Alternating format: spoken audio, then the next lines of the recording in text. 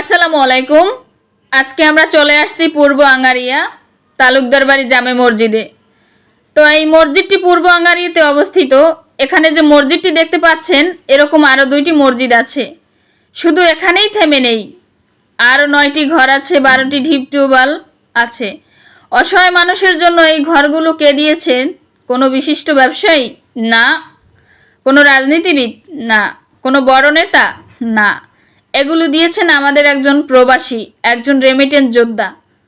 তো চলেন আপনাদেরকে দেখাই। শুধু একটি মসজিদ দিয়েই থেমে নেই, আরও 2টি মসজিদ দিয়েছেন, মোট 3টি মসজিদ দিয়েছেন। আর অসহায় মানুষের জন্য 12টি ঢিপ টিউবওয়েলের মাধ্যমে বিশুদ্ধ পানির ব্যবস্থা করেছেন। পূর্ব রাজাপুরের বাসিন্দা, তার বাবার নাম হচ্ছে শাহজালাল মাস্টার। মসজিদটি বিশিষ্ট ব্যবসায়ী হাদিয়াল জুম্বার মাধ্যমে আমাদের রাজাপুরের একজন কৃতি সন্তান এই মসজিদগুলো মানুষের মাঝে উপহার দিয়েছেন। এখানেই তিনি থেমে নেই, তিনি আরও বিভিন্ন অসহায় মানুষকে সহায়তা করেন কোনো প্রচার প্রচারণা ছাড়াই। আজকে এই সমাজে যেখানে অনেকেই দেখানোর জন্য সাহায্য করে, সেখানে এমন নিঃস্বার্থ মানুষ সত্যি আমাদের জন্য গর্ব। আসেন আমরা আপনাদেরকে ভিতরে দেখাই। এই হচ্ছে মসজিদটি, আরও 2টি মসজিদ আছে।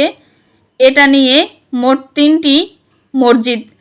এখন এটার কাজ হচ্ছে চলমান। তো চলেন আপনাদেরকে আমরা ভিতরে দেখাই। আরও অসহায় মানুষদেরকে সে 9টি ঘর দিয়েছেন। তো চলেন আজকে আমরা আপনাদেরকে ভিতরে দেখাই। একজন রেমিটেন্স যোদ্ধা, একজন প্রবাসী, সে তার নিজের উদ্যোগে বিশিষ্ট ব্যবসায়ী কুয়েতের হাদিয়াল জুম্মার মাধ্যমে তার নিজের শেকড়কে সে কখনো ভুলে যায়নি। তার নিজের মানুষকে, নিজের গ্রামের মানুষকে সে ভুলে যাননি।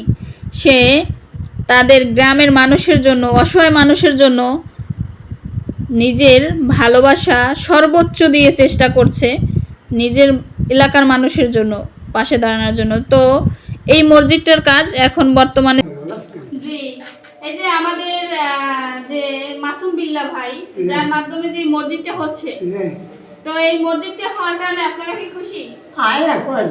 খুশি?